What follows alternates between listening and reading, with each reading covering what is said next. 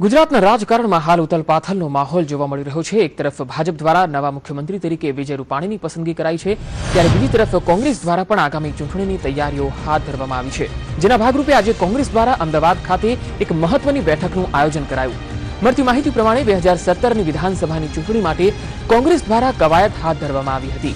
આ બેઠકમાં કોંગ્રેસના વરિષ્ઠ નેતા અહેમદ પટેલ અને ગુરુદાસ કામત સહિત ભરતસિંહ સોલંકી, શંકરસિંહ વાઘેલા સહિતના અગ્રણીઓ હાજર રહ્યા। पार्टी वच्चे चूंटणी थवानी छे कांग्रेस अने भारतीय जनता पार्टी। कांग्रेस पहला नंबरे, भारतीय जनता पार्टी ने बीजा नंबरे आववुं होय तो बीजा नंबरे आवे के त्रीजा नंबरे आववुं होय तो त्रीजा नंबरे आवे। आम आदमी पार्टी ना सर्जक भारतीय जनता पार्टी छे।